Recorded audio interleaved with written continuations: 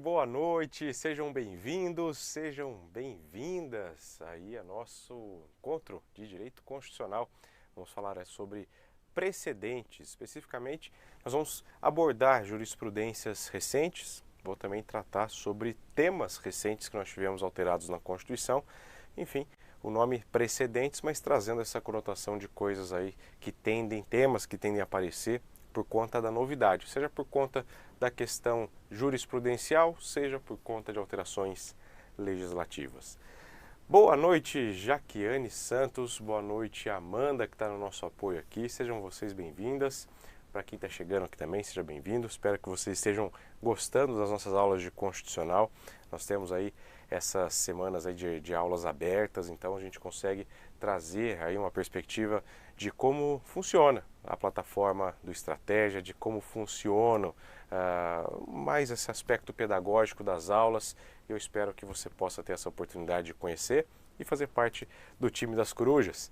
Pessoal, para você que está assistindo pela primeira vez, meu nome é Sávio Chalita, está aqui à disposição para vocês no meu Instagram, né? Sempre que você tiver alguma dúvida, eu estou aqui com o chat aberto, eu consigo ir acompanhando em tempo real as perguntas que venham chegando durante as aulas, né? Às vezes você pode ser que entre logo na sequência da transmissão, mas não esteja no ao vivo, então pode ser que a sua pergunta chegue um pouco depois.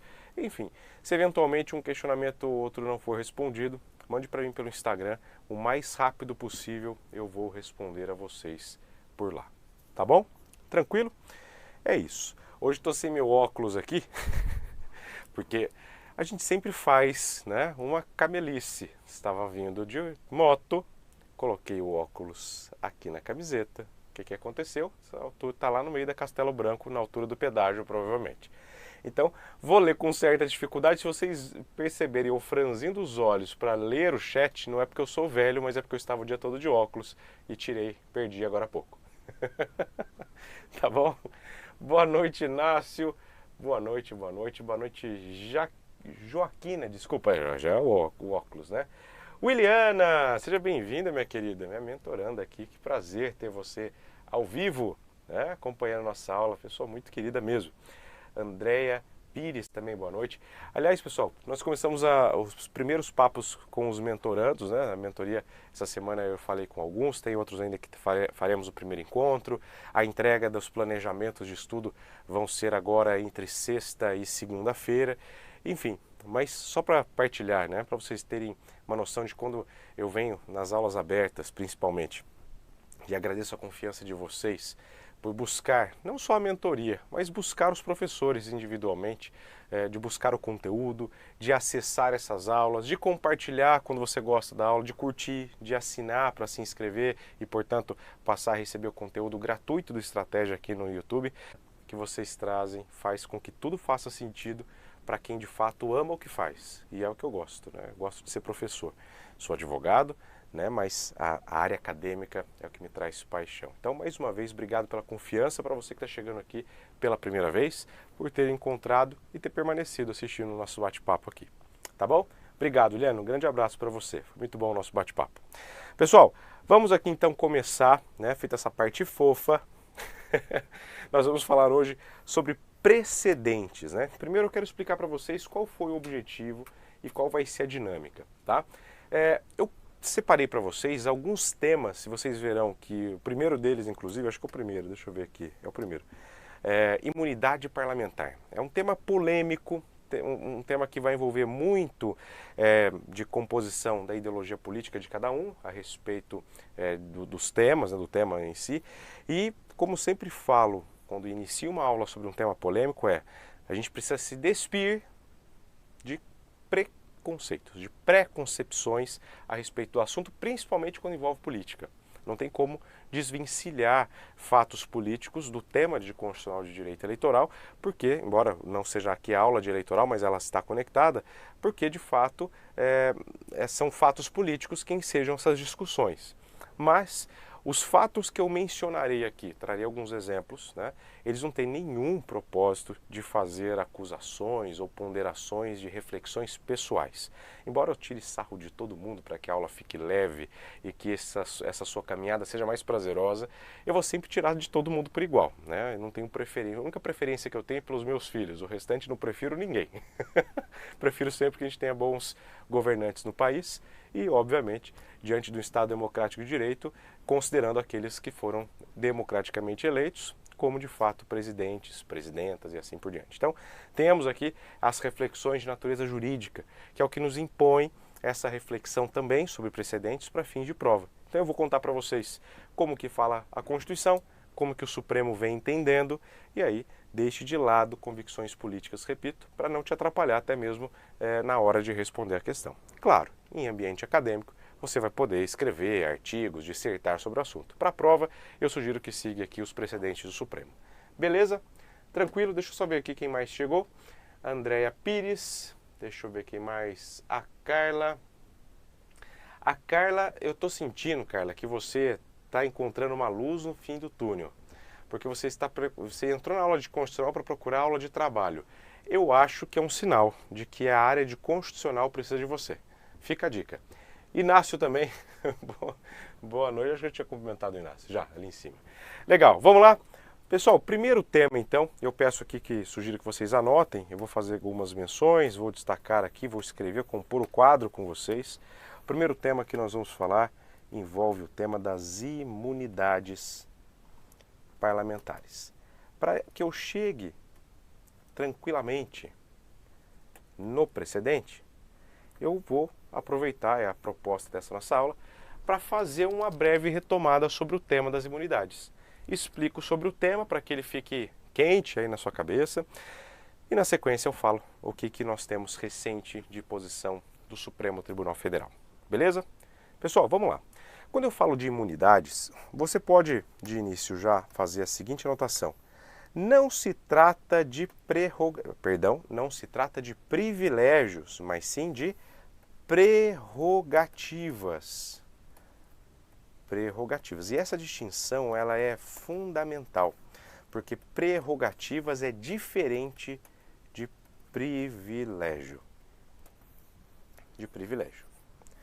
Olha só, você chega para uma pessoa que você ama, para uma pessoa que você gosta, e eu estou falando de uma relação mesmo afetiva, e fala para ela assim, que privilégio é estar ao seu lado. Como eu falo aqui, falei agora da Williana, né? Que privilégio é tê-las como meus mentorandos ou minhas mentorandas. Ou seja, privilégio porque dentre tudo eu fui o escolhido. Olha que romântico esse momento, pessoal.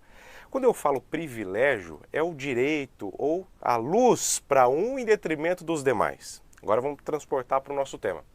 Quando eu falo de imunidades parlamentares, esse conceito de privilégio ele não faz muito sentido.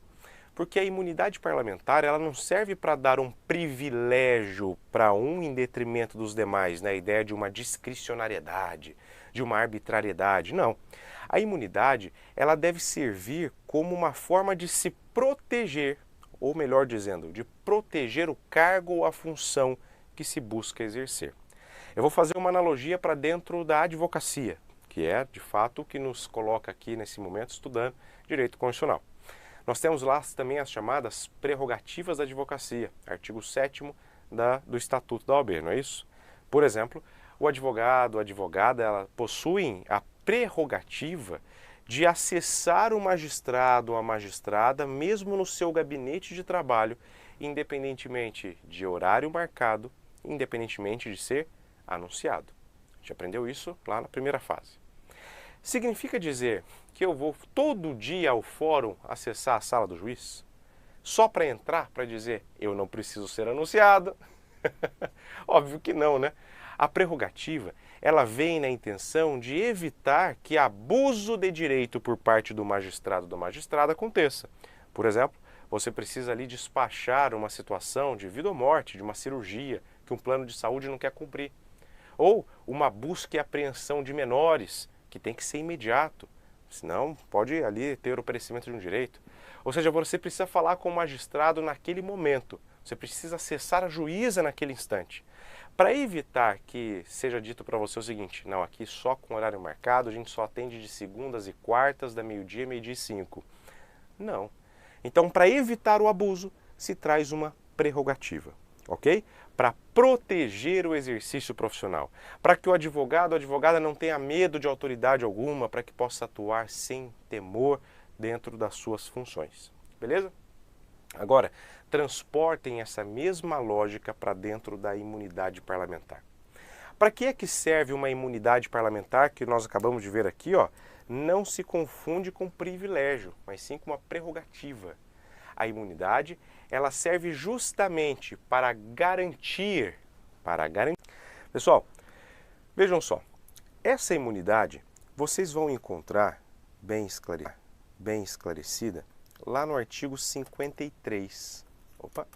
Artigo 53.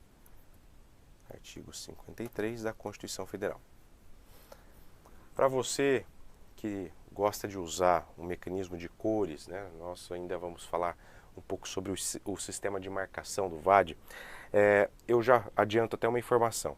Existem algumas cores que a gente destaca, cada professor tem aí uma metodologia, e eu gosto muito de usar a cor azul para direito material, para que quando você estiver naquele momento folheando a sua Constituição, respondendo a sua prova, chamar a atenção de vocês que alguns tópicos na cor azul aí dentro do seu VAD significam fundamentos jurídicos, fundamentos de mérito. 3. Diz assim, ó, os deputados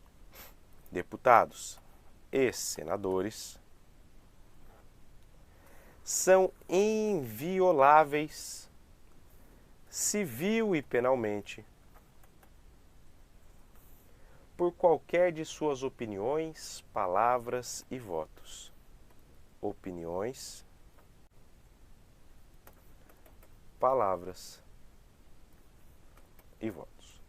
Pessoal, o artigo 53, ao longo da sua estrutura, ele vai trabalhar aqui dois tipos de prerrogativas, ou dois tipos de imunidades. Essa primeira imunidade que eu destaquei com vocês, deixa eu colocar aqui numa cor verde, ela é chamada de imunidade material.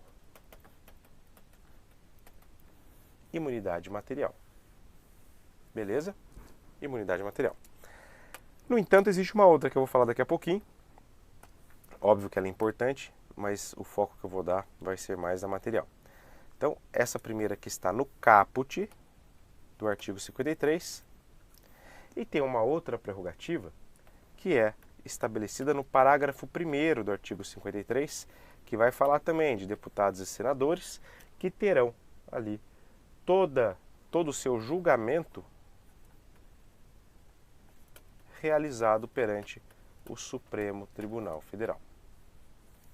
E a essa imunidade dá-se o nome, dá-se a classificação de imunidade formal. Tem mais uma ainda, pessoal. E por fim, que são duas da mesma qualificação, tá? Por fim, nós temos o parágrafo 2º. Eu disse que eram duas, mas de fato são duas, né? É que formal ela vai se dividir. Formal vai dizer também que deputados e senadores terão uma outra prerrogativa, uma outra imunidade também de natureza formal, que envolve o rito da prisão. Ok? Prisão. Então, olha lá. Basicamente, se eu fosse reduzir a uma mini estrutura, seria aqui, ó, imunidades parlamentares. Nós temos a imunidade material e a imunidade formal. Sendo a formal o rito perante o Supremo Tribunal Federal e o rito da prisão. Tá? Então é isso. Imunidade material e formal, sendo a formal dividida entre competência do Supremo e o rito da prisão. Ok, pessoal? Tranquilo até aqui? Então vamos lá. O que eu quero primeiro falar com vocês? Essas prerrogativas previstas no artigo 53, elas deverão ser observadas a partir de quando? Porque quando eu falo deputado e senador, é desde o momento que ela é eleito, né? Desde que momento? Então, eu vou passar de tela aqui, ó, para colocar a observação. Desde a expedição, já volto para explicar, tá? Do diploma. Professor, o que é isso? O que é isso? Então vamos lá. Nós já sabemos que existe uma diferença entre privilégio e prerrogativa. E por que essa indicação é importante? Porque é muito comum, vocês viram aqui as expressões que nós usamos, né? Imunidade material e formal, é muito comum se utilizar a seguinte expressão. Eu chego e leio um contexto dizendo: tal parlamentar possui foro privilegiado. Quem nunca ouviu essa expressão, quem nunca usou essa expressão? Só que quando eu falo foro privilegiado, essa expressão privilégio, ela serve lá, quando eu disse no momento para vocês, para ser uma expressão romântica, em que é um privilégio ser uma pessoa que caminha ao seu lado. Só porque privilégio, num contexto de estrutura de Estado, não demonstra uma ligação com noções de algo democrático. Então, quando falarmos sobre as imunidades parlamentares, optemos por usar a expressão prerrogativas, ao invés de foro privilegiado, foro por prerrogativa de função. Você demonstra muita tecnicidade ao falar dessa forma, inclusive. Tá bom? Tranquilo? Então vamos lá. Se eu tenho essa concepção de que a imunidade é uma prerrogativa, é um instrumento, é uma garantia, o próximo passo é entender que tipos de garantias são essas. Nós falamos ali que são garantias que envolvem dois aspectos, o aspecto material e o aspecto formal, que nós vamos explorar já já, seja o caput ou o parágrafo 1º e 2º, tá?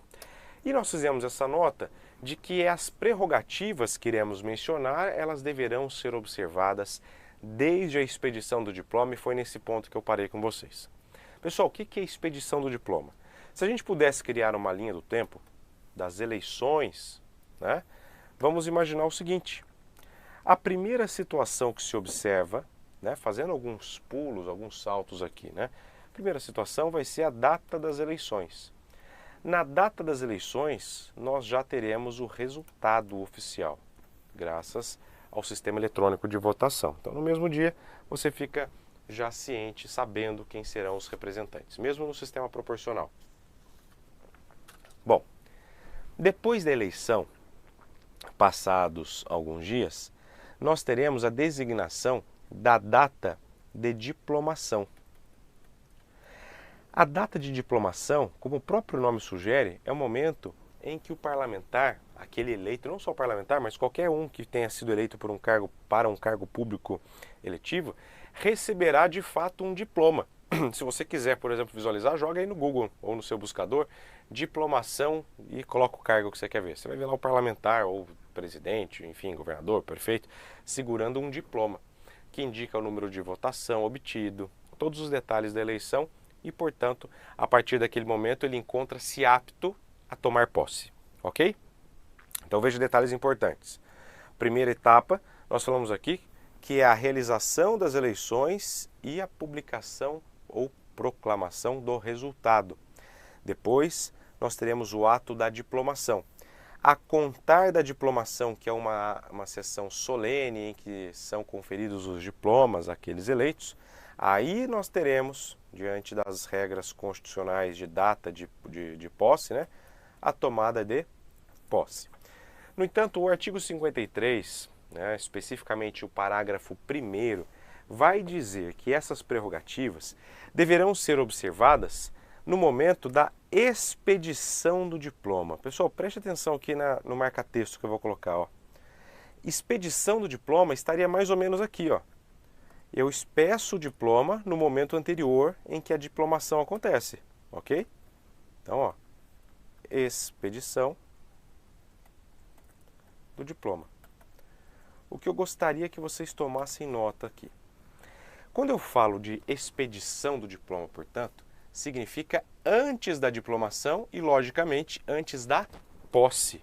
E aí, eu preciso que você tenha agora a ligação do senso crítico acontecer. Eu vou contar um fato que aconteceu, tá? Logo após o resultado das eleições de 2022, mais ou menos, tá? Eu vou fazer até, vou me apropriar do fato aqui só para poder fazer um exemplo. Mas o que aconteceu? Teve um parlamentar eleito por Minas Gerais, que é o Nicolas Ferreira, né? Que ele sempre tem falas ali que acabam sendo muito polemizadas. E naquela ocasião, pós-eleição, né, ele fez uma fala envolvendo uma influencer digital. Vou dar nomes às pessoas para vocês identificarem e lembrarem do ocorrido. Aquela influencer chamada Patrícia Carla. Ele fez uma montagem, enfim, foi travar ali um discurso nas redes sociais e ele foi acusado de gordofobia, né? Não sei se vocês se lembram desse episódio. Olha só o que eu quero trabalhar com vocês. Eu vou entrar daqui a pouco na questão do alcance da imunidade aqui, tá? Mas ali, se a fala dele estiver relacionada com o exercício do cargo da função, mesmo ele não tendo tomado posse, eu disse que foi logo após as eleições, ele teria a proteção das imunidades parlamentares? Depende. Depende do que, professor? Se é a partir da expedição do diploma, que é antes da diplomação, que é antes ainda da posse, aí ele já teria cobertura, claro, deverá demonstrar que ali ele estava no exercício já da função parlamentar, discutindo ideias, posições, não é isso? Então, veja o que eu estou dizendo a vocês.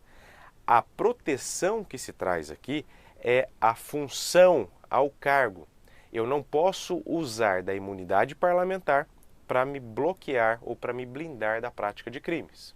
Se a fala dele tiver relação com o cargo ou a função, nós já vamos chegar sobre esse cargo e função, ali existe uma proteção de imunidade. Beleza? Então, nós vamos falar delas ainda, repito. Eu quero primeiro observar com vocês a partir de que momento que eu posso observar as imunidades. Anote aí, as imunidades serão observadas a partir da expedição do diploma. Expedição do diploma.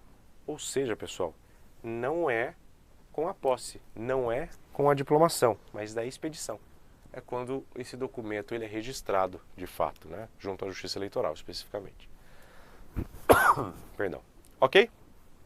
Beleza. Agora, observem comigo o seguinte. Já sei a partir de quando, né?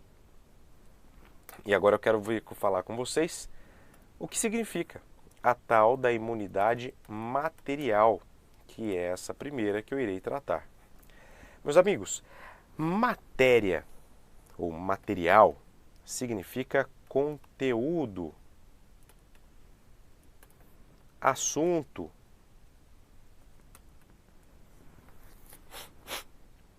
Beleza? Conteúdo, assunto, matéria. De modo que quando eu falo da imunidade material, significa pensar que o parlamentar federal, ou seja, senadores, deputados federais, serão invioláveis. E aí vejam que nós tínhamos colocado aqui, eu vou reproduzir, por suas opiniões, palavras e votos. Então vamos colocar aqui, inviolabilidade por suas palavras, inverti a ordem, né? Opiniões e votos. Inviolabilidade de que natureza, professor? Inviolabilidade de natureza civil e penal. Vamos explorar um pouquinho isso aqui, pessoal? O que vem a ser uma inviolabilidade civil e penal? Tudo aquilo que ele falar, palavras, tudo aquilo que ele se debruçar a opiniar, seja escrito, seja virtual, seja fazendo mímica, seja em linguagem de sinais, libras, né? Qualquer que seja a forma que ele se expressar, em termos de opiniões, e qualquer que seja o voto. Como assim o voto? O parlamentar na Casa Legislativa ele vai proferir voto, manifestações sobre temas que são submetidos à sua deliberação, seja num projeto de lei, seja numa abertura de votação sobre a instauração ou não de um processo de impeachment, ele se manifesta. E às vezes, quem já teve a oportunidade de acompanhar qualquer casa legislativa, aqui no Congresso isso é mais evidente, né? Mesmo que o assunto seja uma lei sobre, sei lá, uso medicinal da cannabis, vai sempre ter um parlamentar que vai se inscrever para usar a tribuna, para agradecer o apoio que a cidade de não sei aonde deu a ele, agradecer e dar os parabéns para a cidade que faz aniversário. Então, durante as plenárias, durante as ocasiões em que se discute em plenário, nem sempre as falas estão conectadas com a pauta, o que é uma vergonha, mas depende do regimento interno, permite. Então, muitas das vezes em que ele toma o plenário, ele vai ou simplesmente trazer palavras de qualquer natureza, às vezes ele vai trazer opiniões, às vezes ele vai fazer voto. O que a Constituição trata? No artigo 53, no seu caput, é justamente trazer três expressões que tentem englobar quase que na sua completude, né, as situações e formas que o parlamentar irá se expressar. E aqui eu preciso que vocês lembrem o seguinte: qual é a função do Poder Legislativo? Qual é a função do Poder Legislativo? Legislar e fiscalizar o Executivo. Fiscalização no sentido amplo, que não se encerra só no Poder Executivo, mas principalmente, já que é de quem ele toma as contas, né? Nós temos todo início de ano tomada de contas do chefe do Executivo. Então, o que eu gostaria que vocês considerassem aqui? Imagine que, sem ofensas, mas imagine que sejamos todos parlamentares. Sem ofensas é ótimo, né? Então, todos nós somos parlamentares e estamos aqui julgando as contas do prefeito da nossa cidade, chamada Cidade Estratégia. Quem que é o prefeito da Cidade Estratégia? É o professor Vanderlei Garcia. Coitado, eu só esculacho o Vanderlei. E aí, quando eu subo à tribuna, eu começo a falar, e eu na condição de parlamentar, professor Vanderlei superfaturou a compra de laquês dentro da estrutura da administração pública e desviou laquês para seu uso próprio. Pessoal, essa minha fala na tribuna, ela não está ligada ao exercício do meu cargo ou função? Independentemente de qualquer circunstância que poderá ser apurada na sequência, ali na tribuna há uma presunção, que é o que nós vamos falar sobre os precedentes do Supremo, há uma presunção absoluta de que a minha fala está ligada ao exercício da minha função. Eu estou na tribuna. Embora a gente saiba, como eu disse, que às vezes o sujeito sobe na tribuna para falar umas abobrinhas, né, que não tem nada a ver com o assunto, né? Enfim, mas ali ele está exercendo a sua função, beleza? A função dele não é fiscalizar. Então, se eu não garantir a essa pessoa que tem que pôr o dedo na ferida uma imunidade civil ou penal, você acha que ele vai subir na tribuna e falar que o professor Vanderlei está fazendo desvio de dinheiro público? Não. Que ele está cometendo crime de apropriação? Não. Por quê? Porque mesmo que seja verdade, eu poderia responder civil e penalmente por aquilo. Então a imunidade, assim como eu disse no início sobre as prerrogativas da advocacia, elas servem ao cargo e à função, elas não servem à pessoa que ocupa. É claro que indiretamente ela sofre ou recebe as consequências disso. Guardem isso, pessoal. Esse senso de qual é a função, de qual é a tutela que se trata aqui, vai te ajudar a responder questões que cobrem sobre imunidade material, tá bom? Tranquilo? Então, o parlamentar ele tem essa inviolabilidade chamada civil ou penal com relação a palavras, opiniões e votos que vem a exercer em razão do cargo, ofício ou função, no caso parlamentar. Tranquilo até aqui, pessoal? E aqui eu vou trazer para vocês depois alguns casos polêmicos, né, que envolveram justamente essa análise do alcance da inviolabilidade do parlamentar. Tranquilo? O alcance, né? Se ela é absoluta, se não é, enfim. Esse é o primeiro ponto. O segundo ponto que nós temos é que existe também a inviolabilidade, ou melhor, a prerrogativa, a imunidade, deixa eu colocar aqui a cor, chamada de formal. A imunidade formal, ela vai apontar para dois contextos. O primeiro envolve a regra de competência. Regra de competência. O que é a regra de competência? Que a contar da expedição do diploma, os parlamentares federais, ou seja, deputado federal e senador, responderão por crimes perante o Supremo. Primeiro detalhe aqui. Se acontecer de um parlamentar se divorciar, será que ele vai ser, quem vai fazer o divórcio vai ser Gilmar Mendes? Imagine Gilmar Mendes abrindo a Constituição, olhando o artigo 226 da Constituição, que fala sobre a proteção à família, e ali um dos parágrafos que fala sobre a possibilidade do divórcio direto, salvo engano, do ano de 2006, uma emenda constitucional. Por essa razão, decreto de divórcio direto, consensual ou litigioso entre as partes. Meus amigos, não é qualquer tema que vai ao Supremo. Black Friday, eu vou lá e faço uma compra na Shopee. Não vou falar marcas porque, né, já falei. E aí, não é entregue. Eu aciono o Supremo, o Juizado Especial do Supremo Tribunal Federal? Lógico que não. Então, quando que vai o parlamentar responder perante o Supremo? Anote aí. Perdão. Esse ar está acabando. Quando? Nas ações criminais. É uma competência originária criminal. Beleza? Perdão. Olha o Fábio, chegou o Fábio aqui. Aliás, já apareceu o aviãozinho, Dailton chegando causando. Dailton, nosso aluno também sempre aqui presente. O Inácio, defendendo o professor Vanderlei. E o Fábio, literalmente o grande Fábio, meu mentorando também aqui. A quem, aliás, Fábio, você me emocionou na nossa última mentoria, aliás, na nossa primeira, né? Por enquanto, a primeira sessão, com suas palavras. Depois eu vou te responder adequadamente, a vida está corrida, meu amigo. Enfim, beleza, pessoal? Imunidade, portanto, formal, competência do Supremo para julgar parlamentares federais, desde que envolva a questão criminal. Chique, tranquilo. Segunda situação, pessoal. Depois eu volto para fazer considerações sobre tudo. Envolve o rito da prisão. O que é o rito da prisão? Professor, parlamentar federal pode ser preso? Que pergunta tendenciosa para eu responder. Deve.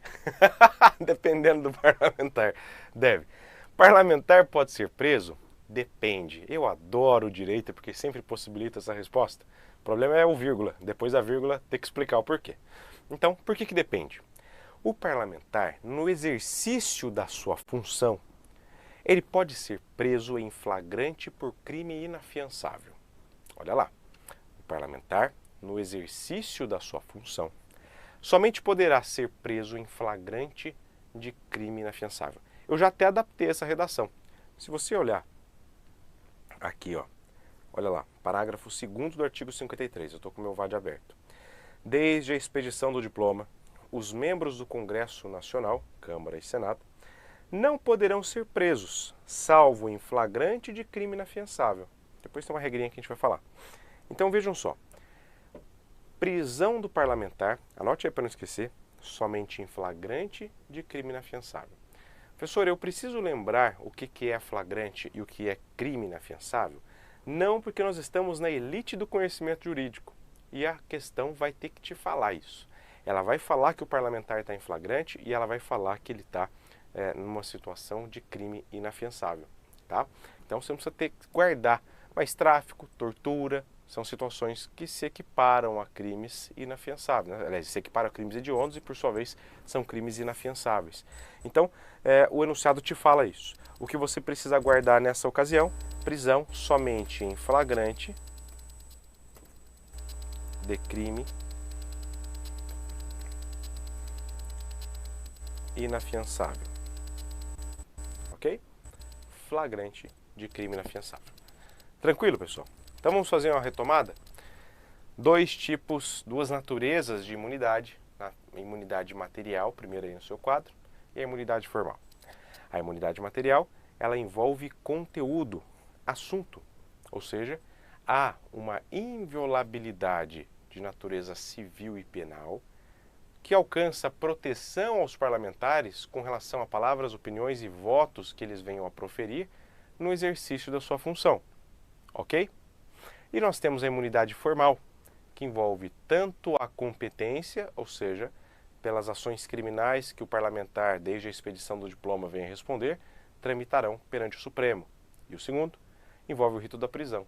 O parlamentar pode ser preso somente se existir flagrância de crime inafiançável. Maravilha, pessoal. Tranquilo aqui? Legal.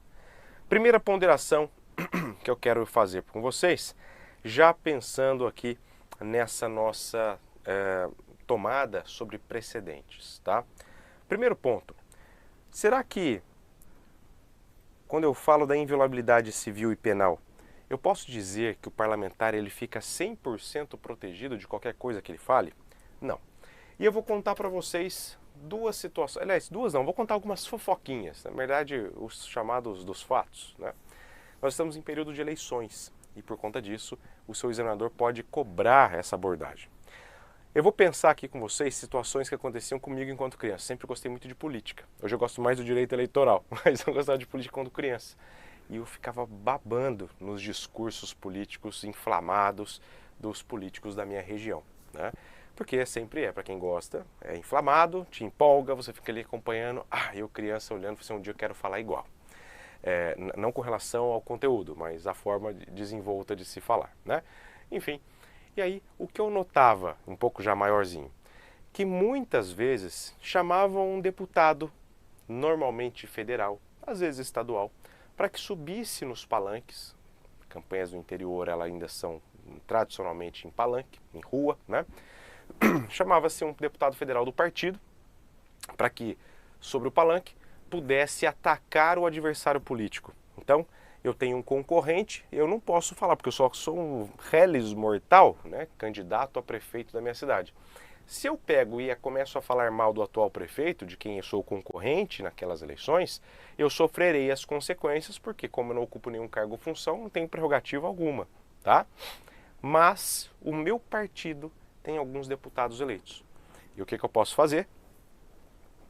Brifo o meu deputado, escrevo para ele todos os pontos negativos do meu adversário. Ele, que tem a prerrogativa, sobe ao palanque, sobe ao palco, sobe ali no cima do caminhão, do trio elétrico, enfim, para atacar o outro. Por quê? Como ele é parlamentar, o que ele tem, pessoal? A prerrogativa ou a imunidade material. Ou seja, com relação a palavras, opiniões e votos proferidos, ele não comete crime e nem ilícito de natureza civil. Ok? Isso era uma prática muito comum. Perdão. E isso veio sendo ajustado, por isso o destaque sobre imunidades nesse ponto. Existirão outras abordagens, esse é o primeiro. Tá? Então, será que eu posso subir num palanque eleitoral para simplesmente atacar a outra parte? Depende também. Se esse atacar for para apontar erros de administração, se for para falar falhas na administração, atos de improbidade que foram cometidos, questões que envolvam essa conotação de palavras, votos ou opiniões, mais apropriadamente aqui seria entre opiniões e palavras, a prerrogativa do parlamentar poderá ser identificada, desde que tenha relação com a função dele. Então, qual seria uma sugestão? O sujeito desviou verba pública federal. Eu sou um deputado federal, eu subo num palanque para falar que houve desvio de verba federal conforme investigações que existem, conforme sentenças que foram proferidas, conforme o que foi detectado pelo Tribunal de Contas da União, enfim, eu estou exercendo ali a função parlamentar, ainda que esteja fora do plenário, tá bom? Isso, obviamente, tem que ser demonstrado. Tá claro até aqui, pessoal? Então, para evitar abusos, lembra aquela figura? Vou dar um outro exemplo. O advogado ou advogada pode falar em pé ou sentado, independentemente de licença. Significa que eu vou brincar de vivo ou morto durante a audiência?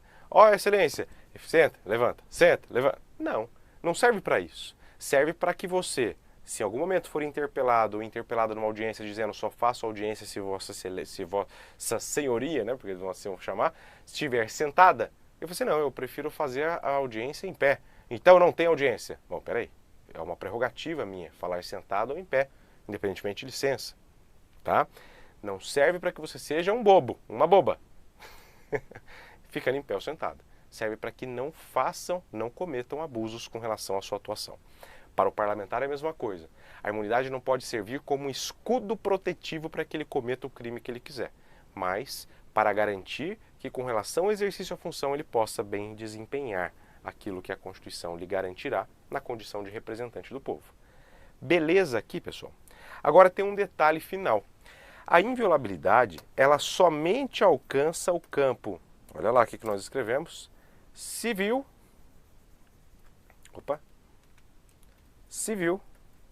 e penal. O que significa isso, professor?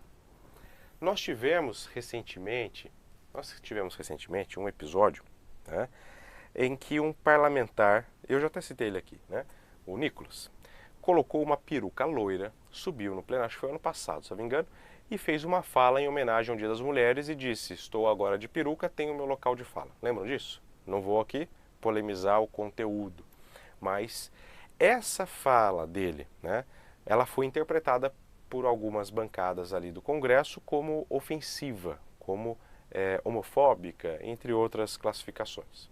Meus amigos, ele estava no plenário. No plenário. Há uma presunção absoluta, visão do Supremo, em termos de jurisprudência, de que ali ele está no exercício da sua função. Existe essa presunção.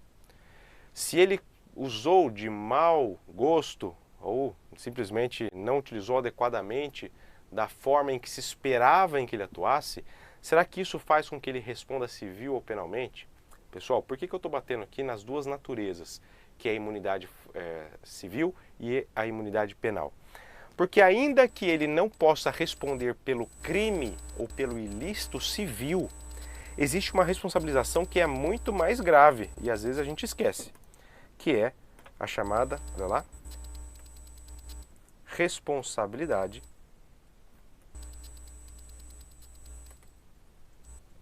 política. Meus amigos, o parlamentar que sobe à tribuna e profere ali um discurso inflamado, atacando alguém, ele pode não responder criminalmente. Ele pode não responder civilmente, mas ele responde politicamente. Então, o que eu sugiro que você escreva?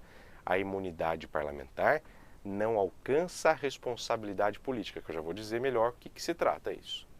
Não alcança a responsabilidade política.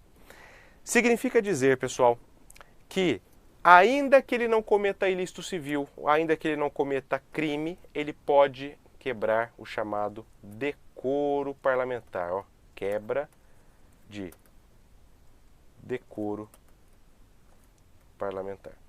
E o que é o decoro parlamentar?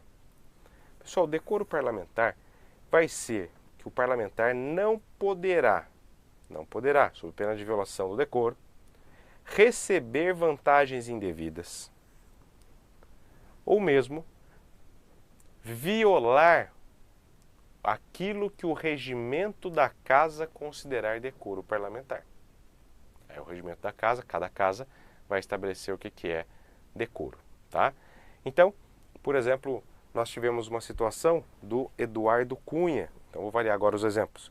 Eduardo Cunha teve todo o episódio do Mensalão, não, perdão. O Mensalão não sei se estava envolvido, mas Lava Jato, né? Situação do impeachment. Na situação em que ele passa a ser investigado, ele é convocado a uma CPI e ele afirma que não tinha contas no exterior. Diante de toda a complexidade de atos pelos quais ele respondia, por que razão que o Eduardo Cunha teve o seu mandato cassado? Por mentir perante a CPI, já que ele era um parlamentar, mentiu perante a CPI, teve seu mandato cassado por quebra de decoro parlamentar. Olha que coisa doida, né?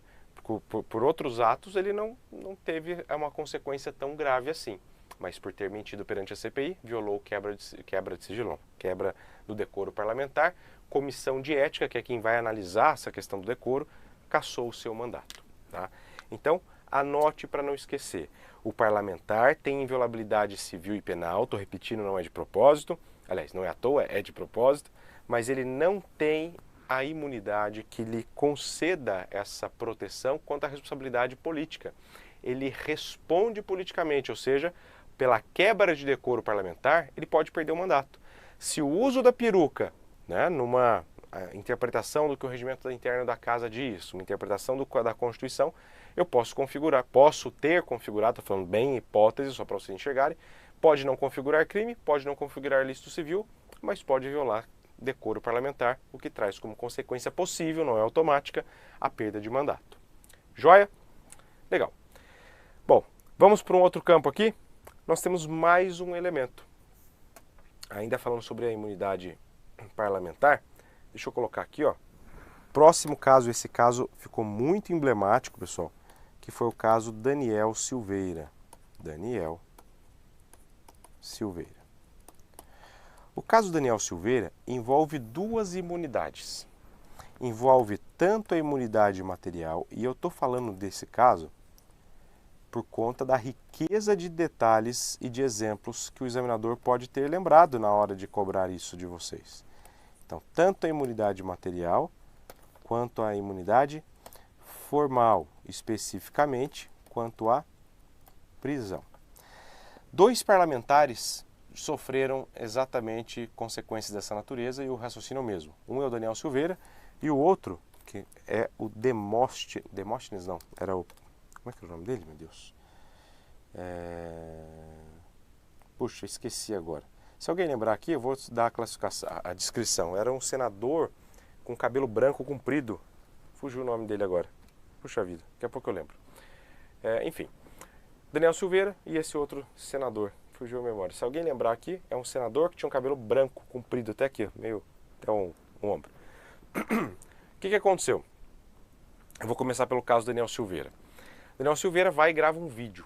Grava um vídeo, né, um conteúdo que publicamente conhecido, em que ele ataca sistematicamente o Supremo Tribunal Federal, ataca pessoalmente alguns ministros, enfim, e esse vídeo vai para o YouTube e fica em algumas plataformas.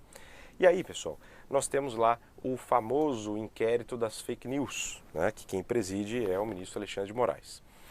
Por ocasião, né, várias coisas se discute nesse inquérito que tramita perante o Supremo, mas uma das coisas é sobre o alcance da imunidade material. Poderia o parlamentar gravar esse vídeo atacando pessoalmente os ministros e atacando a instituição? O que se compreendeu no curso dessa situação, dessa investigação? O Supremo chegou ao consenso de que a imunidade material não pode ser, palavras do Supremo, um escudo de proteção para a prática de crimes. Portanto, os ataques feitos à Suprema Corte e aos ministros, isso não é a posição, não é minha, estou dizendo Supremo, é o nosso foco aqui, né? Que não pode as imunidades servir para blindar. Tranquilo?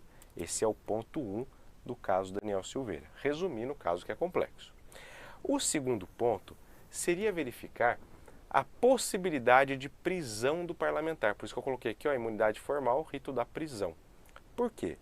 Se ele comete um crime, e já que não estaria acobertado pela imunidade material, se ele comete um crime, ele pode ser preso? Nós vimos que o parlamentar só pode ser preso em flagrante de crime inafiançável. Pessoal, no caso do Daniel Silveira, olha lá, lembrei o nome do outro parlamentar, ó. Delcídio do Amaral. Foi outro caso, outra situação que eu já conto também para vocês. Delcídio do Amaral. Tá? Então, aqui, ó, no caso do Daniel Silveira, a dúvida era, ele estava em flagrante de crime inafiançável? Eu vou resumir a construção do julgamento do Supremo, né? Do julgamento não, mas do que se julgou a prisão, né? Porque ali são os autos do inquérito ainda. Entendeu-se que quando ele comete o ato de registrar aquelas suas falas em vídeo e subir na internet, aquilo envolvia uma prática criminosa, está melhor descrito no inquérito, e o fato, e o fato do vídeo estar disponível on the time, ou seja, ao vivo, qualquer tempo, ele está então diante de um crime que, segundo a classificação desse inquérito, é um crime permanente e inafiançável, atacar as instituições, etc, etc. O crime permanente é aquele crime que em qualquer momento você tem um flagrante, como por exemplo cárcere privado, né, o sequestro. Qualquer momento que a pessoa estiver em cativeiro, aquele que cometeu, né, que manteve essa pessoa em cárcere, ela está em flagrante. E a mesma associação foi feita. Como o vídeo estava online, e é o vídeo que traz o conteúdo na visão do Supremo como crime inafiançável, portanto um crime permanente, em qualquer momento ele poderia ser preso, pois a flagrância se protraía no tempo. Beleza? Então o caso Daniel Silveira levanta aqui 2 pontos importantes. A imunidade material, ou seja, qual é o alcance da imunidade material? O alcance que o Supremo entendeu tem que estar relacionado ao exercício da função. Ao exercício da função. Sendo que a fala realizada na tribuna tem ali uma presunção de que é relacionada à função. Se estiver fora da tribuna do plenário, aí tem que ser demonstrado que estava no exercício da função. Teve um outro episódio, pessoal, também icônico para vocês se recordarem, já não tão novo assim, em que era uma discussão, e ali eu ouso discordar da posição que o Supremo adotou, porque tinha uma discussão entre Maria do Rosário e Bolsonaro. Uma discussão que começa num tom e vai se elevando, né? Enfim, você já conhece, dá que eu te dou outra, você não merece ser estuprada, aquela coisa toda, né? Esse vídeo ainda tem disponível. Naquele episódio, o Supremo entendeu que não havia relação com o exercício do cargo ou função. O que, se você analisar esse conteúdo que nós estamos falando e a jurisprudência atual, você vai conseguir identificar que é extremamente infeliz as falas de ambos, cada um na sua proporção, pelos ataques pessoais que são feitos, mas o foco principal da discussão é sobre a redução da maioridade penal. Então, e estava no Salão Verde, naquela antessala da Câmara, tem relação com o exercício da função. O Supremo entendeu que não e teve ali uma condenação. Tá? Então, guardem isso para sua prova. A imunidade deve estar condicionada ao exercício do cargo ou função, seja imunidade material, seja imunidade formal. E aí eu trouxe aqui o caso do Delcídio do Amaral, né, um senador, não é mais senador, se não me engano ele não é mais senador, que numa escuta da Polícia Federal, com autorização do Supremo, já que possui prerrogativa de função, conseguiu-se constatar que ele participava de uma organização criminosa, né? E no grampo que ele foi pego, ele tentava trazer ali, desvirtuar, tirar do país alguém que estava sendo investigado pela Operação Lava Jato. Salvo engano, era o Alberto Youssef, delator. Lembram dessa história? E aí o que aconteceu? O delegado da Polícia Federal percebeu que ali era uma situação de crime em flagrante, compor organização criminosa, e crime inafiançável também. E o compor organização criminosa não é um crime permanente? Enquanto a pessoa estiver compondo, ela faz parte da organização, portanto está em flagrante. Pessoal, nessa ocasião, o Supremo deu uma decisão reconhecendo o flagrante. É como se o delegado tivesse falado assim, deixa eu lá conferir se é isso mesmo, né? E aí, salvo engano, também foi Teori Zavascki que deu essa decisão, reconhecendo que ali havia um estado de flagrância de crime permanente e, portanto, de uma maneira excepcional, conforme a Constituição, aquele parlamentar poderia ser preso em flagrante a qualquer momento. Diante disso, o parlamentar foi preso. Tá? Então, guardem essas duas imunidades por conta desse ajuste de interpretação de alcance que o Supremo vem fazendo. Tanto a imunidade formal, tanto a questão da prisão ou da competência, e tanto quanto a imunidade material, deve estar relacionado ao exercício do cargo ou da função. Beleza, gente?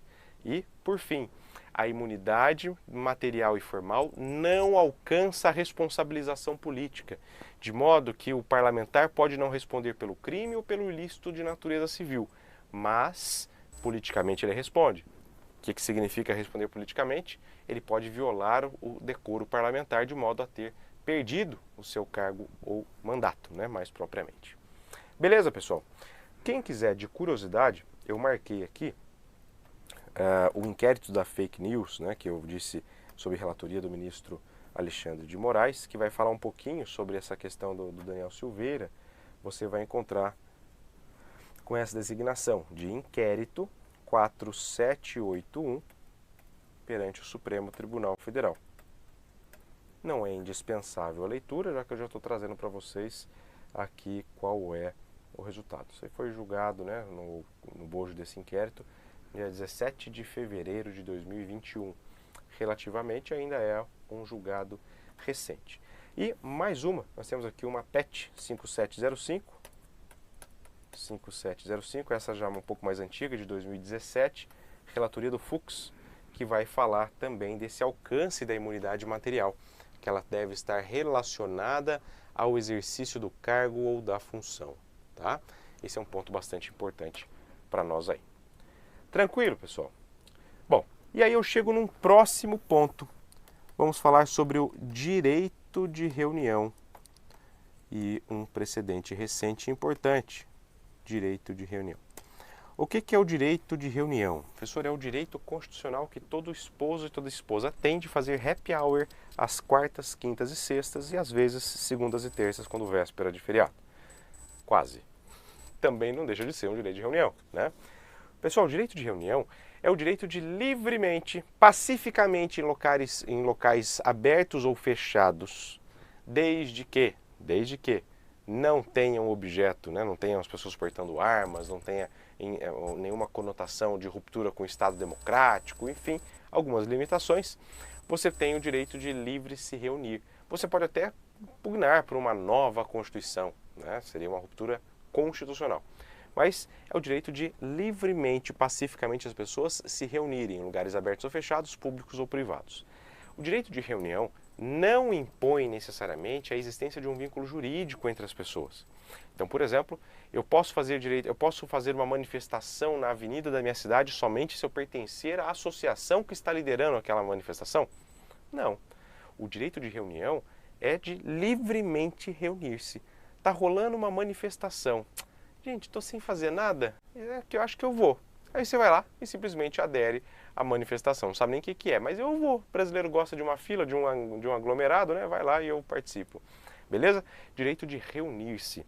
Agora, o que nós temos como considerações constitucionais? Olha lá. O direito de reunião, primeiro ponto que a gente tem que considerar é que não pode ser condicionado pelo Estado. Não pode ser condicionado. Isso é a expressão, inclusive, que o Supremo usa, tá? Não pode ser condicionado.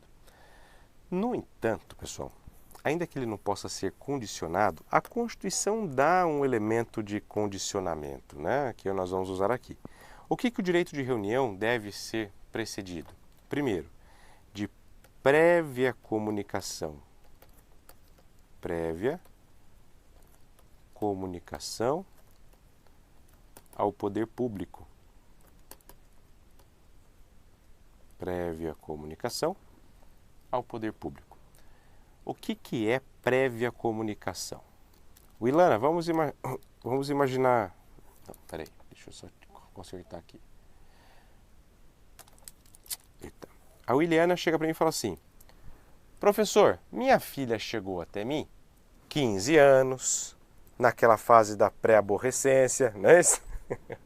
E falou: mãe, estou indo dar uma volta na praça. Williana, ela está comunicando ou ela está pedindo autorização? Ela está perdendo a noção, né? Perdendo a noção. Quando eu falo estou indo ou vou, irei, significa que eu estou fazendo comunicação. É diferente quando eu falo assim: mamãe, eu posso dar uma volta? Já fiz minha lição, já fiz minhas obrigações dentro de casa, eu posso dar uma volta na praça com os meus amigos? Né? Aí é autorização. O que a Constituição veda é que se condicione a autorização. Você tem que fazer prévia comunicação. E por que deve-se existir prévia comunicação e não autorização? A intenção da prévia comunicação não é um condicionamento propriamente, palavras do Supremo, mas é possibilitar duas coisas. Primeiro, direito de antecedência. Direito de antecedência. O que vem a ser, professor, o direito de antecedência? Aquele que primeiro comunicar terá o direito garantido de exercer a reunião no local informado. Então vamos imaginar que nós, constitucionalistas, marcamos que iremos fazer uma reunião em frente ao Palácio do Planalto. E essa reunião, essa manifestação se dará no dia X. O pessoal do trabalhístico, que está no estúdio aqui ao lado, que até tínhamos aqui uma aluna, que eu esqueci o nome agora, com perdão, deixa eu ver, acho que é a Carla, né? A Carla, uma dissidente do pessoal do trabalhístico, escuta, porque a gente fala em maior tom, já que somos constitucionais, no topo da pirâmide de Kelsen, escutam falar que nós faremos essa reunião no dia X. O que os trabalhísticos resolvem fazer? Ou seja, se não foi a Carla que contou. O que eles resolvem fazer? Fazer a mesma reunião no dia que nós falamos que iríamos fazer. Só que em um número ínfimo, né, próximo da densidade constitucional. Pessoal, quando chega constitucional e trabalhísticos na praça, em frente ao Palácio do Planalto, o que a autoridade pública tem que fazer? Mandar todo mundo para casa ou garantir que aquele grupo que primeiro se manifestou dizendo, comunicando, queria fazer, ali proceda e realize seu direito de reunião? Se não tiver nenhuma algazarra, que a polícia tem que mandar todo mundo para casa, o poder público tem que garantir que aquele que primeiro comunicou realize o ato. Beleza? Então, o primeiro ponto aqui é para garantir o direito de antecedência. Segunda ponderação. Por que razão é necessária a prévia comunicação na interpretação do texto constitucional? Pela Constituição. A segunda função dessa prévia comunicação é garantir a ordem pública. E eu vou explicar o que é essa ordem pública aqui. Anote como sendo a não interrupção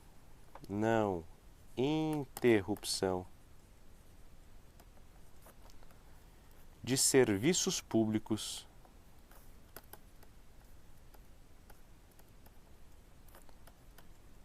essenciais. Pessoal, não sei se todos aqui conhecem a Avenida Paulista em São Paulo, mas vou usá-la como exemplo. Você chega na Avenida Paulista, para cada quarteirão você tem 15 hospitais, dois batalhões da Polícia Militar, 3 estações do Corpo de Bombeiros, vários bueiros de gás. Ou seja, tudo que envolve serviço público, segurança pública, saneamento, tudo você tem em todos os quarteirões em grande volume. Beleza? Guardaram isso? Será que se eu fizer uma manifestação na Paulista e fechar as 4 vias de cada lado que tem, será que se eu fechar tudo, eu atrapalho o tráfego de ambulância, de bombeiros, de polícia, enfim, eventualmente de um problema de gás que eu preciso solucionar ali? Será que eu atrapalho isso, pessoal? Sim. Quando eu faço prévia comunicação, para quem é de São Paulo ou das outras cidades que tenham aí ruas, avenidas emblemáticas onde se fazem normalmente manifestações, vocês perceberão que o policiamento faz um cordão de isolamento ou está por ali, caso precise intervir. Por quê? O poder público, quando comunicado com antecedência, tem condições de garantir que serviços públicos essenciais não sejam interrompidos. E tem condições também de garantir que aquele que primeiro comunicou tenha aí o direito de antecedência. Beleza? O que nós temos aqui recente do Supremo? Eu peço que vocês anotem. O Supremo Tribunal Federal fixou repercussão geral no famoso tema, vou pôr aqui o nome, ó, tema 855. Professor, eu preciso memorizar o tema? Não precisa, mas por ser algo já consolidado, um precedente importante, é relevantíssimo que você conheça a posição do Supremo. O Supremo que fixou, teve aí a repercussão geral reconhecida pelo tema 855, era um recurso extraordinário, entende que, olha lá, que são permitidas reuniões ou manifestações em locais públicos independentemente de uma comunicação oficial e prévia. Olha que doideira, pessoal. Tô fazendo uma releitura aí, vou repetir. O Supremo entende que são permitidas reuniões ou manifestações em locais públicos independentemente de comunicação prévia. Só que ele diz o seguinte, quando ele fala que é independentemente, primeiro que ele está dizendo que não há um condicionamento, que é o que eu coloquei aqui em azul.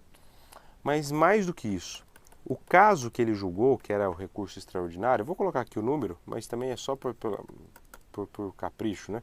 Recurso extraordinário 806.339. Esse recurso extraordinário entendeu que a veiculação em sites, blogs ou redes sociais seria já suficientemente esclarecedora para a administração pública relativamente à informação de que haverá o exercício de forma pacífica do direito de reunião. Ou seja, eu tenho um movimento que chama Constitucional é mais legal, que criativo, né? E aí, parafraseando meu amigo Sérgio Gabriel, que fala do empresarial, mas é uma grande impropriedade. Enfim, Constitucional é muito mais legal. E aí eu faço esse movimento, tenho lá um blog, hashtag vem para Constitucional, e eu coloco que vou fazer uma manifestação em frente ao Palácio do Planalto. O Supremo entende que essa publicação no ambiente virtual é o suficiente para se cumprir com o que a Constituição menciona sobre prévia comunicação. Então, cuidado com relação a isso. Tema novo, de certa forma, né? Isso aqui foi julgado em 2021, salvo engano, mas que pode aparecer na sua prova diante do ineditismo aí, né? Beleza? Próximo, pessoal. Vou colocar mais um aqui para vocês. Atenção com o tema ensino religioso nas escolas. Só tema polêmico. Ensino religioso nas escolas. Ensino religioso nas escolas. Pessoal, essa questão ela não é nova, né? É um tema que já se debate há certo tempo no Supremo, já bem pacífico, mas que tem a ver com o artigo 5º da Constituição, incisos 6 a 8. Peço que você tenha atenção nesses dispositivos, se quiser marcar, cor azul de direito material.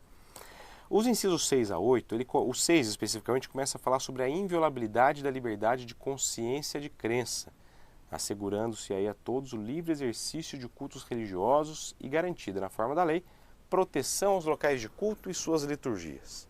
Depois, o inciso 7 vai falar sobre a prestação de assistência religiosa e o inciso 8º dizendo que ninguém poderá ser privado de direitos em razão dessas convicções filosóficas, religiosas e ideológicas, tá?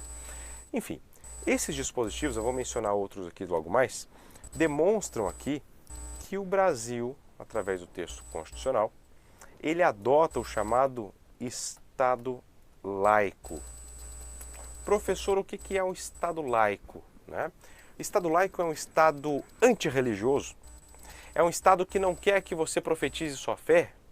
Muitas vezes é confundido como se fosse. Não. O Estado laico não é o Estado que tem aversão à religião. Muito pelo contrário. É aquele Estado que tem justamente a ideia da pluralidade. Ok? Ele tem a pluralidade como algo indelével à democracia. É necessário que sejamos plurais quanto a questões ideológicas, questões partidárias, políticas, filosóficas, religiosas. Ainda mais o Brasil, que beira a incongruência pensar um país como o nosso que eu possa ter qualquer tipo de divisão. Um país que nasce da miscigenação de etnias, né? Religiosas inclusive, questões religiosas inclusive, culturais, costumes, enfim. Enfim, o Estado laico significa um Estado que pauta-se pela pluralidade, já que o foco aqui é a religião, pluralidade religiosa, tá? Seja da possibilidade da existência de cultos religiosos, proteção locais de culto, a possibilidade, vamos lembrar aqui que tem uma outra reflexão, que inclusive está no inciso 8º, que eu destaquei aqui, ó, que é o chamado direito da escusa de consciência. Professor, a minha religião não permite que eu use farda. Então, se eu for convocado para o serviço militar obrigatório, através dessa escusa de consciência, artigo 5º, inciso 8º, eu posso pedir uma prestação alternativa. Por quê? Por conta da minha convicção religiosa, o Estado deve respeitá-la, né? Enfim, pluralidade. Por conta disso, pessoal, chegou até o Supremo a discussão sobre o ensino religioso promovido por parte do poder público. Será que na escola pública pode ter ensino religioso? E aí, algumas ponderações a partir disso, e eu vou alertá-los sobre uma possível pegadinha que aconteceu há uns 3 anos atrás, tá? Então, ensino religioso nas escolas é permitido,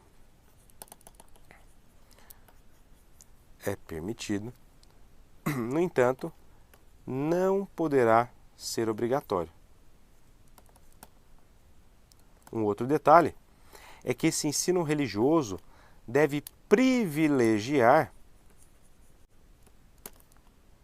a apresentação das religiões como um todo. Vou colocar como apresentação global, plural. Professor, mas pode ter uma reflexão mais para uma religião do que para outra? Não é vedado, mas deve-se privilegiar, tá? Tranquilo? E aqui eu quero que vocês prestem atenção num detalhe. Essa laicidade, na verdade, essa figura do Estado laico, ela traz um probleminha de interpretação quando a gente observa o artigo 213 da Constituição e seus parágrafos. E aqui foi uma pegadinha que nós tivemos em um exame que aconteceu ali durante aquela loucura da pandemia, né? Aliás, o pessoal da mentoria que está acompanhando, eu falei um pouco dessa prova com vocês no nosso primeiro bate-papo de quarta-feira, né? De ontem. Por quê? Porque essa prova pós-pandemia, os alunos tiveram aí uma média de 1 ano e pouquinho para se preparar, porque estava tudo suspenso, ninguém sabia como ia ser. E quando essa prova foi aplicada, 2 situações inusitadas em direito constitucional. Primeiro foi o tema sobre terras indígenas e a exploração de minérios na terra indígena. Se a comunidade indígena pode ou não pode ter participação nessa exploração. Pode, a Constituição fala sobre isso, tá? No 232 e seguintes da Constituição. E o segundo ponto interessante foi uma questão envolvendo a possibilidade do poder público enviar orçamento, enviar dinheiro para uma escola, olha só, para uma escola confessional. E aí, pessoal, nessa situação que o artigo 213 fala, você precisa entender aqui um ponto. Então vamos lá. O 213 fala o seguinte, que os recursos públicos serão destinados às escolas. Que escolas são essas? Nós temos as escolas comunitárias, as escolas confessionais e as escolas filantrópicas. Então olha a pergunta que se trazia ali nessa situação. É possível a destinação de recursos públicos para uma escola confessional? Pessoal, eu sugiro que você pegue e marque o artigo 213 também na cor azul aí no seu VAD. Por que que eu vou pintar na cor azul o artigo 213? Ó, professor, olha lá, 213, direito material. Porque nessa ocasião, me lembro até que alguns, logo na sequência, a divulgação da prova, né, na noite de domingo da prova, falaram que essa questão tinha que ser anulada, sugeriram um outro gabarito, uma vez que se o Estado é laico não poderia ter a destinação de recursos públicos para uma escola pública. Só que o 213, que nasceu com a Constituição, está lá desde 88, um pouquinho antes, porque ele foi elaborado antes, fala dessa possibilidade. Só que traz condicionantes. Para que eu possa realizar essa destinação de recurso público às escolas públicas, é necessário, olha lá, você vai ver nos incisos, que comprovem finalidade não lucrativa e apliquem seus excedentes financeiros em educação. Que assegurem a destinação de seu patrimônio a outra escola de igual natureza ou ao poder público no caso de encerramento de suas atividades. Um exemplo, pessoal. Minha formação, já compartilhei com vocês, né, é numa escola salesiana. Escola salesiana, como a escola adventista, como um colégio presbiteriano, como um colégio que tenha qualquer designação religiosa, são chamados escolas ou instituições confessionais. Uma instituição de educação confessional é aquela que profetiza claramente um segmento religioso, qualquer que seja. É permitido que tenha? É permitido que tenha. E é permitido destinação de verba pública para essa escola? Sim, desde que cumprido os requisitos do artigo 213, tá? Imagine, muitas das vezes será muito mais vantajoso ao poder público criar essa aproximação com a iniciativa privada do que construir uma escola. Por isso a possibilidade de envio de recursos públicos. A sistemática é um pouco parecida com o que nós temos com relação a hospitais privados, né, pessoa jurídica de direito privado, que realizam atendimento ao SUS, tá? Mesmo que seja, por exemplo, olha lá na minha cidade de Cachoeira Paulista, na cidade de Lorena também, onde eu nasci, nas duas cidades existem ainda as quase extintas Santas Casas de Misericórdia. Olha o nome, pessoal, Santa Casa de Misericórdia. Às vezes a gente associa a expressão já ao significado sem pensar no que está escrito, né? Santa Casa de Misericórdia é uma casa religiosa, normalmente, historicamente, administrada por irmãs, por freiras católicas, né? Enfim, então veja, não tem recurso público que vai para lá para atendimento no SUS? A regra é bastante semelhante, envolve religião e envolve prestação de serviço público essencial. Então muito cuidado com relação a isso, questão que caiu aí não tem muito tempo, né?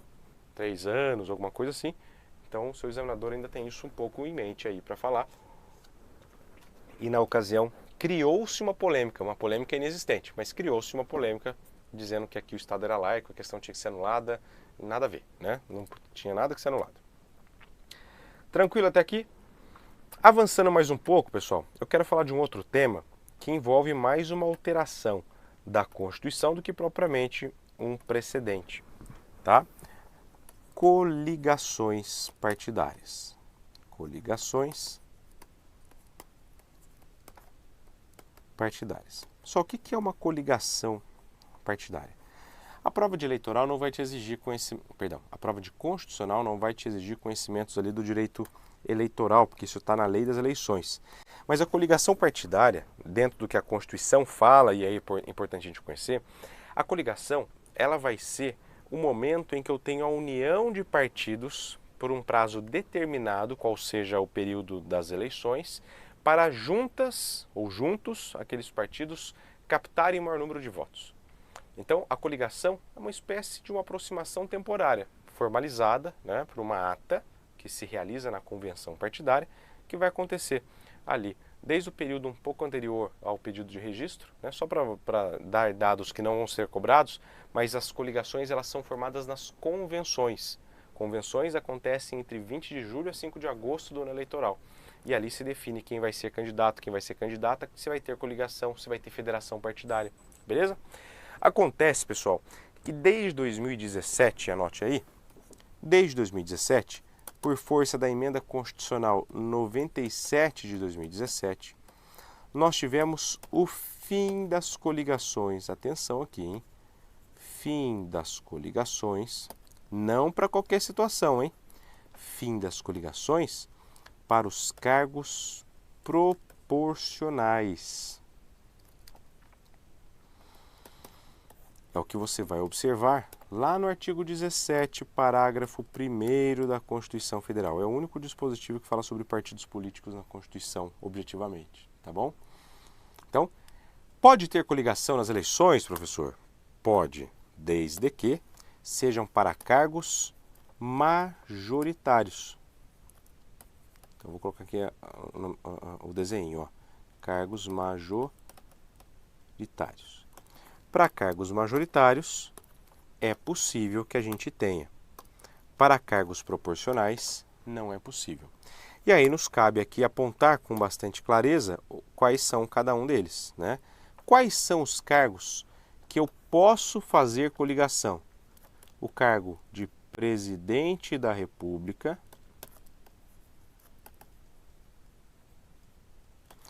o cargo de governador ou governadora de estado ou do Distrito Federal,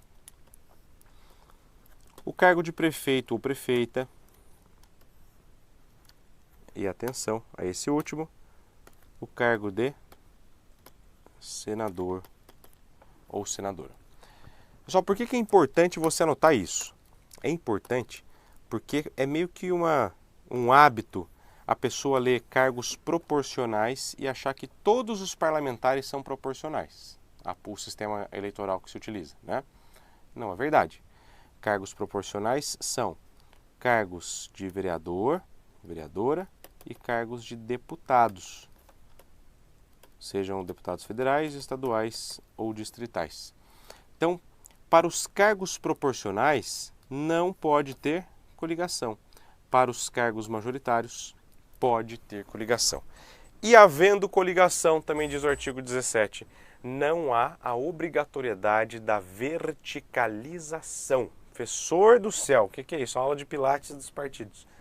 A verticalização significa que se eu tenho uma coligação em nível União Federal, eu teria que ter também em nível estadual e nível municipal. Quando eu falo que não é obrigatória a verticalização, significa que a coligação que eu tenho em nível federal não precisa ser reproduzida no âmbito estadual, até porque os partidos se agrupam de modo diferente em cada um dos entes federados, né? Antigamente tinha obrigatoriedade, acabou sendo suprimida. Tá bom? Perdão. Vamos avançar aqui mais um pouquinho. A garganta hoje não está me ajudando, peço desculpas por isso. Vamos lá. Ainda quanto a partidos políticos, nós temos aqui um outro tema que pode ser cobrado de vocês na prova, coisa nova, né? Aí, também não veio como um precedente, veio como uma inovação aqui para nós podermos tratar acerca dos partidos políticos. A chamada cláusula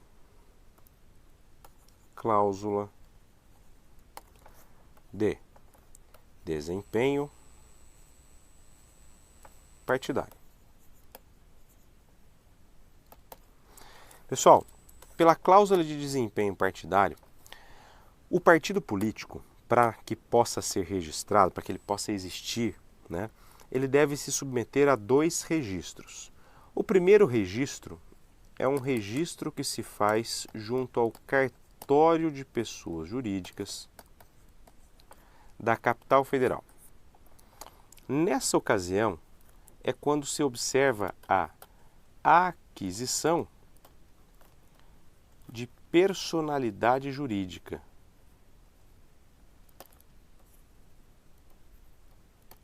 Aquisição de personalidade jurídica. Ok? Guardem isso. O segundo registro, e essas informações, elas constam todas no artigo 17. Quem complementa esse artigo 17 é a Lei 9.096 de 95, que é a Lei dos Partidos Políticos, tá? Daí que eu estou tirando alguns detalhes que vocês não encontrarão na Constituição. Bom, vamos lá. Depois de feito o primeiro registro, nós caminhamos para o segundo, que é feito perante o Tribunal Superior Eleitoral, e é quando se tem aqui a aquisição do número e do nome do partido. Beleza? Meus amigos, até 2017, bastava esse chamado duplo registro para que o partido político tivesse acesso ao chamado direito de antena e que tivesse acesso também ao chamado fundo partidário. Tá? Então, criei partido político, fiz os dois registros, eu ia ter já a possibilidade de ter o direito de antena, ou seja, acesso gratuito a rádio e televisão, beleza? E a possibilidade de ter acesso ao chamado fundo partidário. O que é o fundo partidário? É uma mesada que o poder público dá, não é uma mesada, né?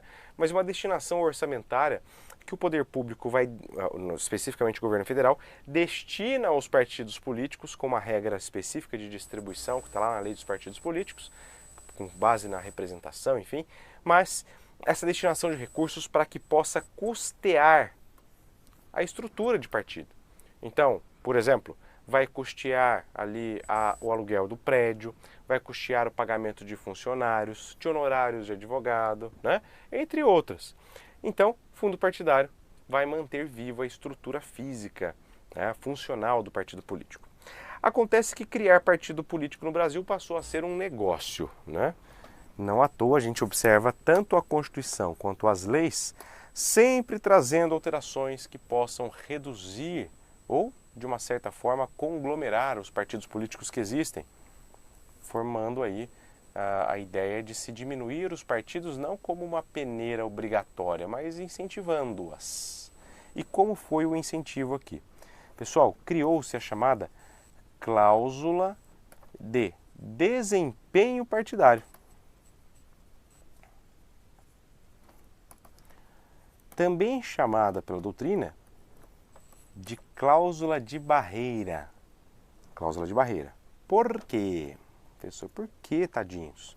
Você vai ler lá no parágrafo 3º do artigo 17 da Constituição, que eu sugiro você destacar na cor azul, dada a sua alteração recente. E aqui eu quero muita atenção de vocês, esse é o último tema que nós vamos falar hoje.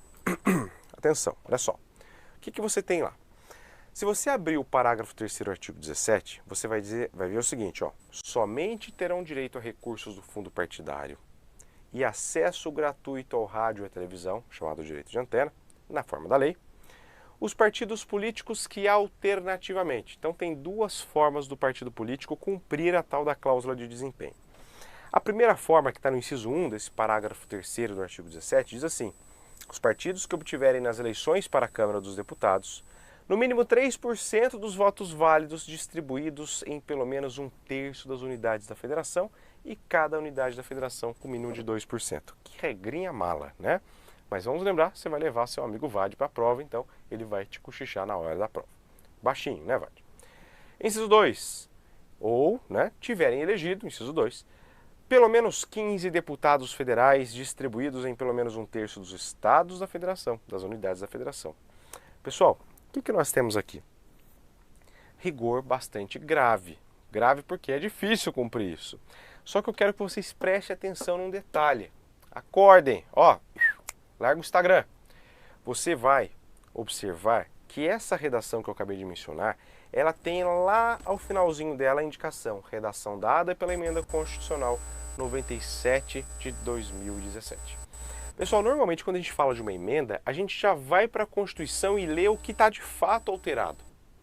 Normalmente a gente faz isso. Acontece que aqui é uma exceção, porque será necessário que você se tiver online a sua legislação, clique na emenda 97. Se você tiver com o seu VAD, que procure a redação da emenda constitucional 97. Cuidado com o que eu estou falando para vocês. Por quê? Porque essa cláusula de desempenho que nós acabamos de ler, no parágrafo 3º, incisos 1 ou 2, ela é uma exigência que se fará a partir das eleições de 2030. Só que a redação da Constituição não fala isso. Onde é que eu vou enxergar a partir de quando se exigirá esse critério? Na própria redação da emenda constitucional. Repito, normalmente a gente não lê a redação da emenda, a gente lê já o que de fato ela alterou. Mas aqui será necessário você abrir o texto da emenda, porque o texto da emenda vai dizer qual é o parâmetro, qual é esse desempenho que eu vou esperar dos partidos a contar de algumas eleições. Então ele vai dizer, a partir das eleições de 2018 se exigirá tal condição. A partir das eleições de 2022, tal condição. A partir de 2026, tal condição. E a partir de 2030, o que está na redação de fato da Constituição. Então, por que é importante você ter marcado ali? Eu sugeriria você colocar um clipezinho da cor azul, porque envolve direito material, na redação da emenda que está no seu texto do seu VAD. Ou vai estar no comecinho, ou vai estar no final da Constituição as redações das emendas. Então você vai colocar um clipe lá, porque se cobrar de você cláusula de desempenho partidário, você vai ter que observar no enunciado com base em alguma data. A partir de qual eleição, o examinador, você quer saber? Se ele não disser nenhuma, se não falar que é a partir das eleições de 2030, simplesmente perguntar sobre a cláusula de desempenho, você vai apontar o que está no parágrafo 3º, artigo 17, incisos 1 ou 2. Se ele mencionar as eleições gerais que aconteceram em 2022 e a partir delas querer saber sobre cláusula de desempenho, você vai ter que abrir o texto da emenda constitucional, lá no 97 de 2017, para ver o que a Constituição, o que a emenda, perdão, falava sobre a cláusula de desempenho após as eleições de 2022. Ou seja, não é a mesma coisa que está na redação do parágrafo 3º, artigo 17. A Constituição, pessoal, quando foi emendada pela emenda 97, ela trouxe um escalonamento das eleições de 2018, passando por 2022, 2026 até 2030, ela foi enrijecendo essa condição mínima a se demonstrar desempenho partidário. Tá? Então, muita atenção aqui para você não escorregar, é um ponto de máximo alerta. Isso ainda não foi cobrado dessa forma em prova, tá? Então, tem que ficar atento e atenta mesmo, porque é um assunto quente, ano eleitoral, pode aparecer. Tá bom?